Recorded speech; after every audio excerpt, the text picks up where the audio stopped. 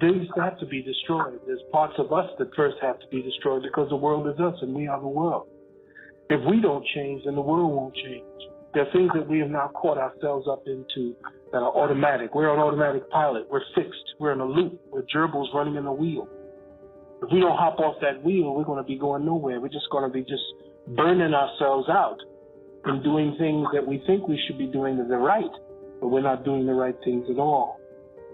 There's a routine to failure. There's a routine to the kind of oppressive thinking that we're in. We are stuck. We are caught in a routine of failure. And this kind of routine that we have to examine. What do we do, as I said, as you get out of bed and your feet first hit the floor?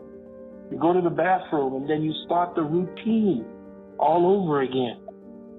There's something that you have to feel inside of you that gives you the courage enough to go ahead and say, no, I'm no longer going to do the routine. Now, again, I am not telling you just to go ahead and jump off the cliff like Don Juan told Carlos Castaneda to do.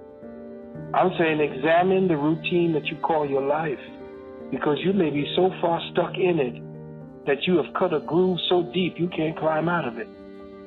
And you're so comfortable in that routine right now that changing it will change everything in your body. You feel your whole body will not be able to survive that change or that shift. But I'm saying this, that success, just like failure, is a routine. It is you doing what success is.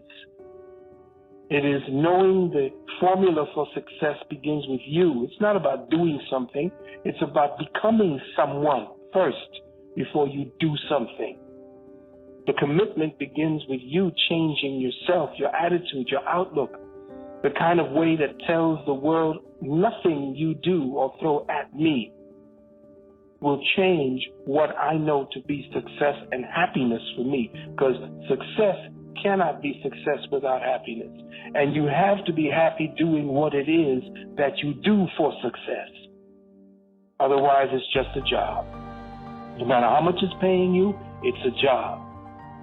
So understand that you have to change first. Every molecule in your body that represents your thought process on the atomic level, that then forms your microbes and the DNA and your molecular structure, all that's where success begins.